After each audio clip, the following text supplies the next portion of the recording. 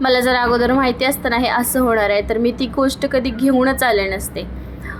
ते नंतर तुम्हाला सांगेनच मी काय झाले ते. त्या अगोदर मी आर्यनला गरम पाणी दिलं प्यायला आणि मी ही ग्रीन टी घेतली. ते पीत पीत मस्त आम्ही दोघंजण सकाळी बोलत बोलत बसलो आणि बोलत बसण्याच्या नादात मी बघितलेच नाही की खूप उशीर झाला आहे मला, म्हणून लगेच पटकन गडबडीमध्ये काम वगैरे आवरायला घेतले. पहिलं भांडे घासून घेतले, त्यानंतर फरशी वगैरे साफ करून घेतली आणि झालं असं की काल मी ग्रेप्स घेऊन आले होते आणि मी आणले, स्वच्छ धुवून फ्रीजमध्ये ठेवून दिले. आर्यन स्कूलमधून आला आणि आल्यावर लगेचच फ्रीजमधले ते ग्रेप्स घेतला आणि खाल्ला. ते एवढे जास्त थंडगार होते त्याच्यामुळे त्याला उलट्याही झाल्या आणि त्याचे टॉन्सिल्सही सुजले. त्यामुळे मला काल दवाखान्यामध्ये घेऊन जावं लागलं त्याला. तरी आज बरं नव्हतं. एक तर एक्झाम जवळ आलेत आणि त्याच्यानंतर ह्या सगळ्या शाळेंच्या सुट्ट्या. आता काय करणार लेकरांना, आपण सांगितलं तर कळत नाही ना.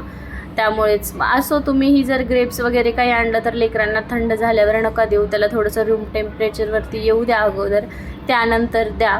किंवा मुळात तर जास्त देऊच नका. त्याला ग्रेप्स आवडतात आणि त्याने जास्त खाल्ला त्यामुळे हे सगळं झालं. असो, पटकन आवरले मी आणि ऑफिसला निघाले. चलो बाय, भेटूया उद्याच्या ब्लॉगमध्ये.